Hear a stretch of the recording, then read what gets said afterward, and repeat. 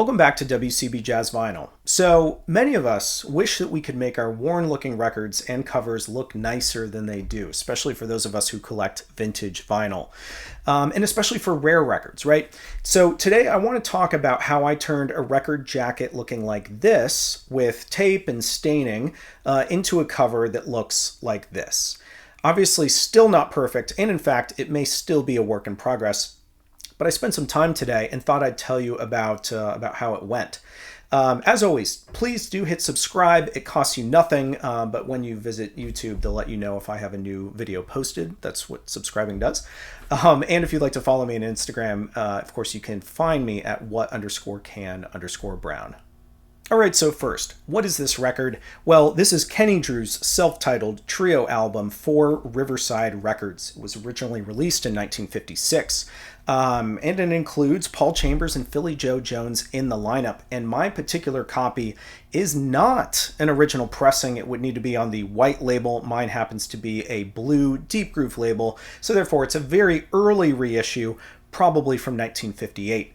It is fantastic music, really well recorded, and it's mostly a collection of standards. It does include a rendition of Caravan, which is fantastic, as well as Thelonious Monk's Ruby My Dear. So as far as this record goes, I've never ever owned a copy in, any reissue or anything like that. I've never had a copy before. And when I found this, and even though mostly I'm a first pressing fundamentalist, I had to grab one because early reissue, the vinyl is easily a VG++ grade, if not better. It is absolutely gorgeous. I've played it. There's no noise to it. It's really nice.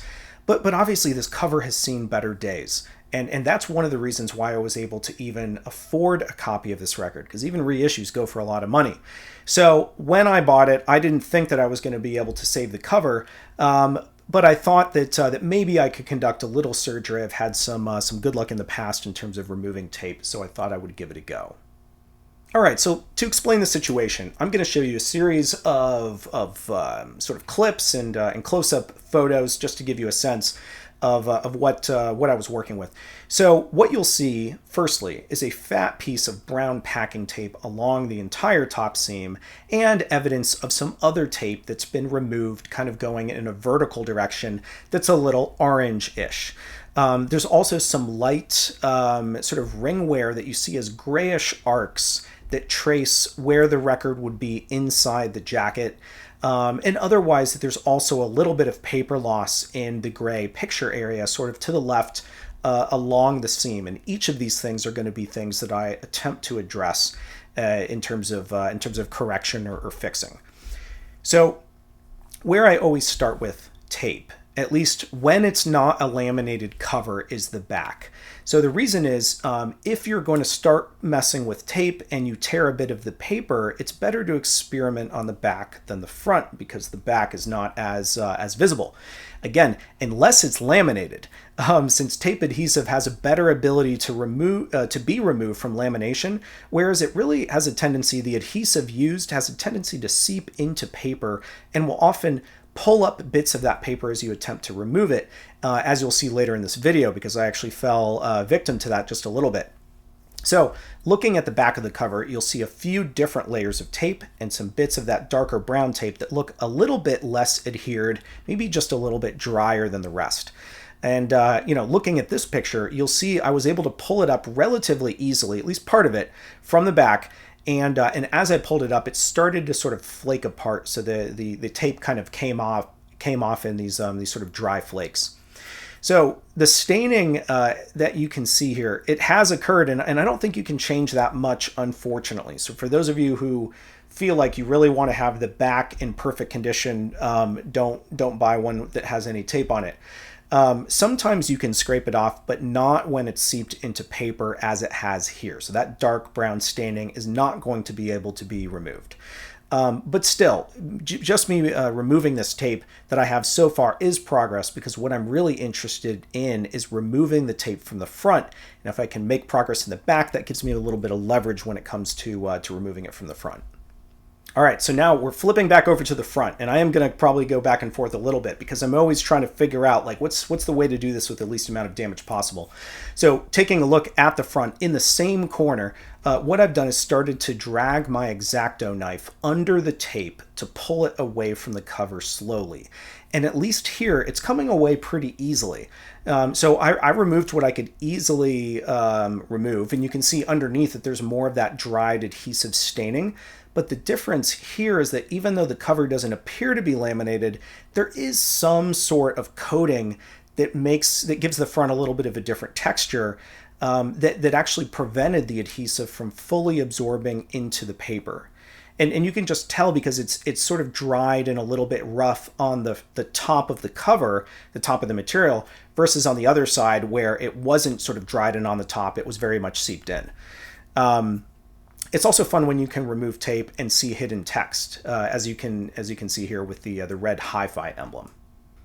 All right, so now moving over to that far right corner, sort of the opposite corner, it's a different situation here.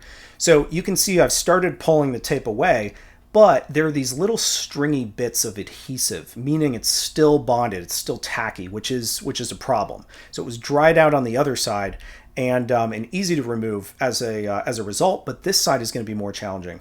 So I actually started running into even more trouble at the middle when sliding the knife under the tape, as I realized that there was actually pre-existing damage underneath the tape already, maybe one of the reasons why they added the tape, which made the tape stick much harder in certain places than others. And again, the adhesive was still tacky, so I had to be really careful because the adhesive was easier to remove, again, in that kind of, again, it's not laminated, but that the cover, when it's undamaged, it's easier to remove the adhesive than when it's this sort of bare, soft paper that has a tendency to want to rip even more of that away. So whenever I ran into trouble or felt like I was forcing it too much, I went to the back side again of the cover and tried to remove the corresponding area from the other side, again, so that I could sort of start from an area that was drier and easier to remove and then try to make progress on the front. So here you can see I slide the knife fully underneath the tape and then just pulled it to the side and was able to make progress. Here you can you sort of see what happens as I attempted to pull some of the tape that had a little bit too much adherence. So what you see is it starts to lift the back paper slick because it was bonded too well to that sort of, again, that like softer paper.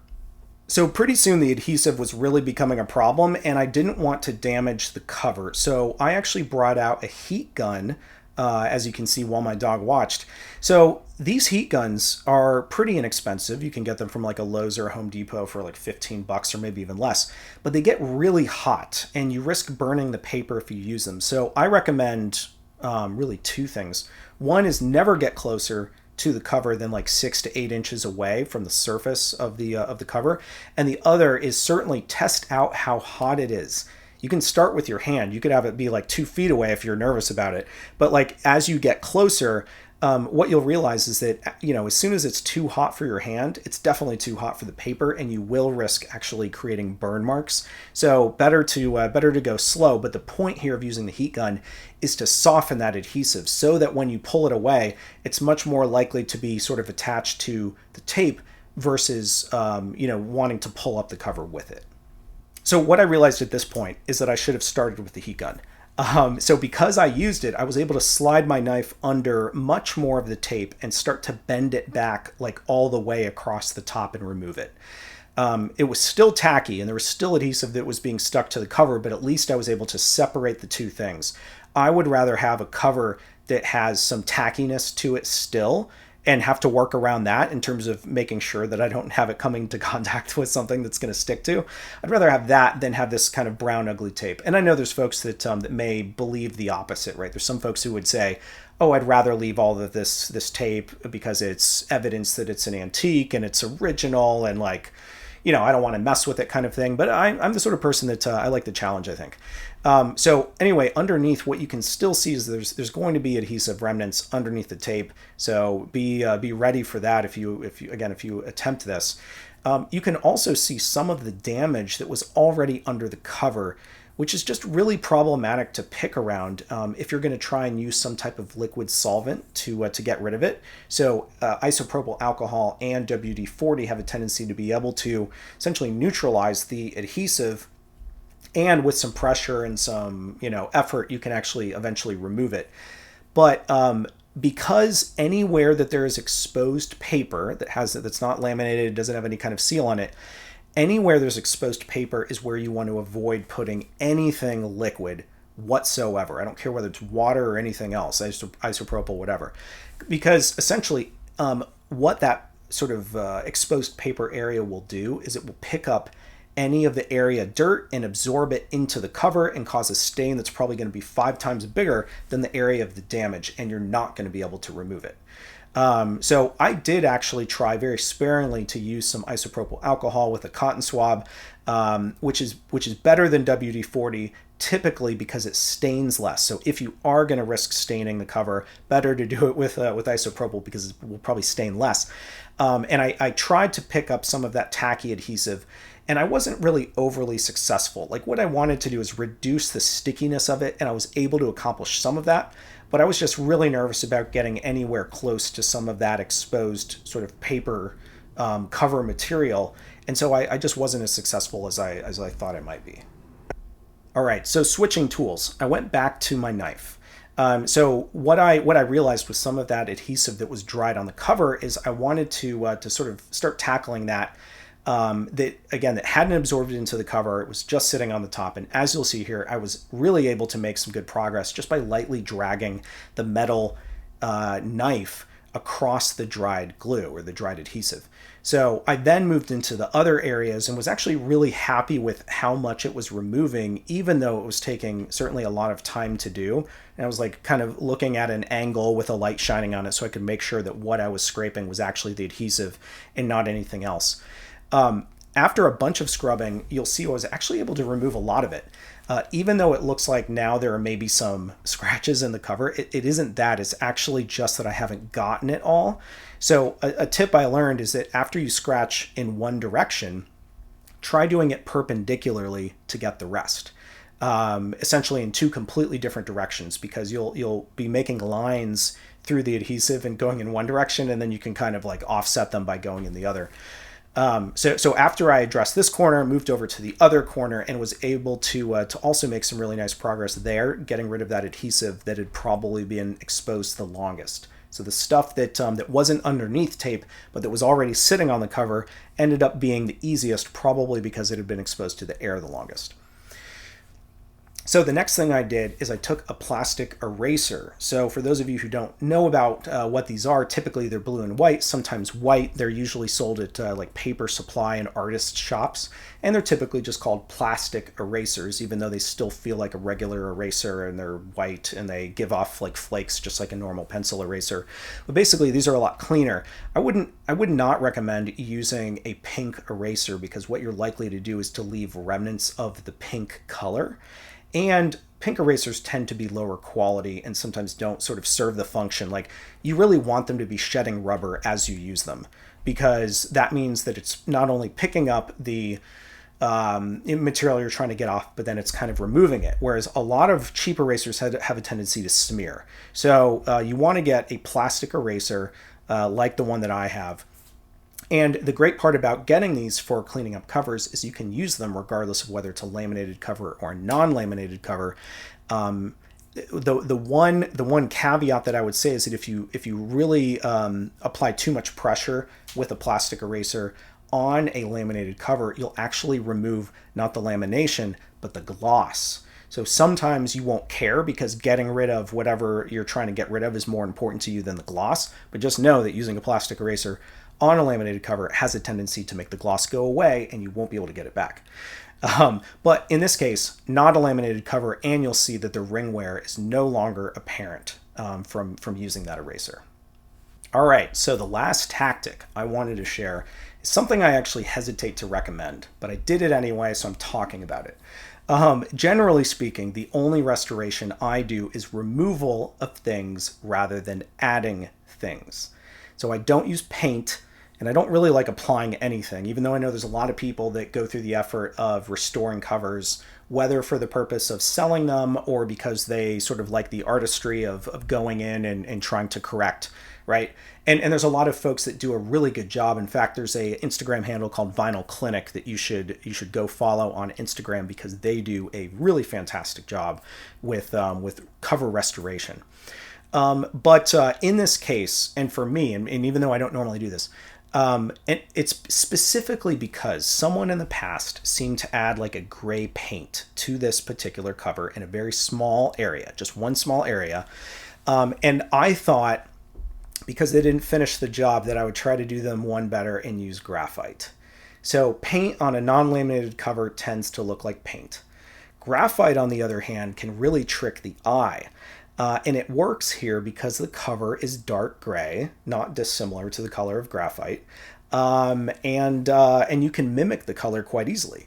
So from a distance, actually, you can barely tell that I actually added that pencil graphite at all. I actually think that it turned out really, really well. And even though if I was ever to sell this, I would point it out and say, there's some cover restoration here, I'm actually pretty happy with the job that I did.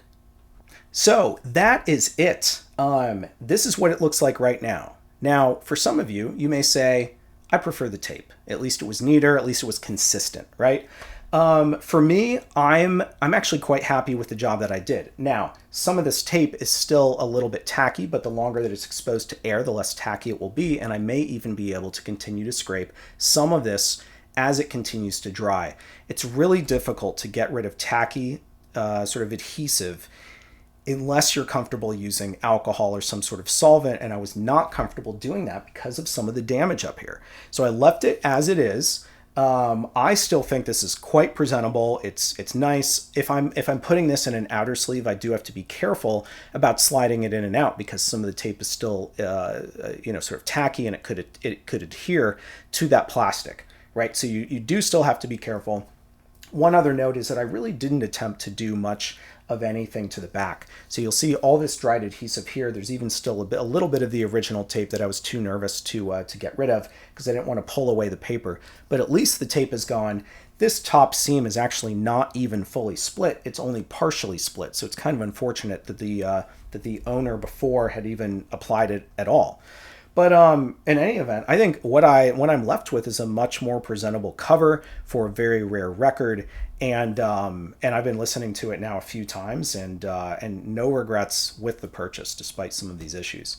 So I hope this walkthrough was useful for some of you who may want to attempt similar surgery with some of your covers. Please do be careful. The tactics that I used may not work for every cover. And as you can see, even for me, it had some mixed results.